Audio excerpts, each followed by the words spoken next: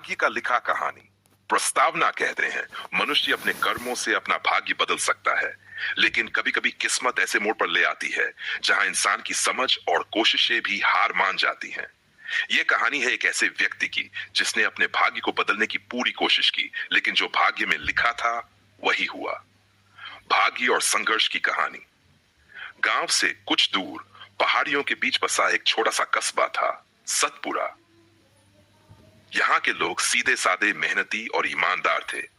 इसी गांव में रहता था रामलाल, एक गरीब किसान। उसकी जिंदगी का सबसे बड़ा सपना था कि उसका बेटा मुकुंद बड़ा होकर पढ़ लिखकर कोई ऊंचा ओहदा हासिल करे। रामलाल ने अपनी छोटी सी खेती और गांव के सेठ जी की दुकान पर मजदूरी कर करके मुकुंद को पढ़ाया। मुकुंद भी एक मेहनती लड़का था।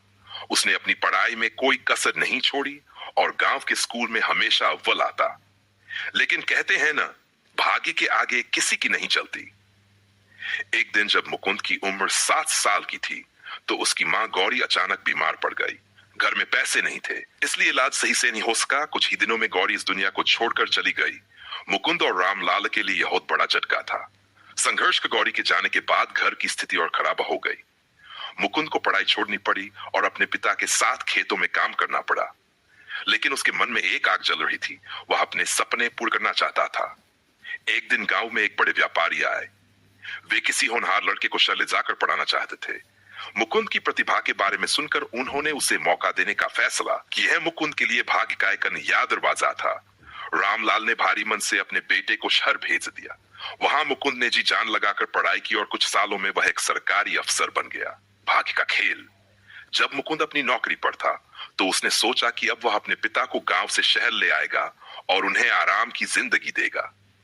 लेकिन जब वह गांव पहुंचा तो उसे पता चला कि उसके पिता अब इस दुनिया में नहीं रहे। रामलाल ने बेटे की सफलता की खबर तो सुनी थी, लेकिन उसे देखने से पहले ही भाग्य ने उसे अपने पास बुला लिया। मुकुंद को समझ आ गया कि किस्मत से लड़कर इंसान बहुत कुछ हासिल कर सकता है, लेकिन जो लिखा है उसे पूरी तरह मिटाया नहीं जा सकता।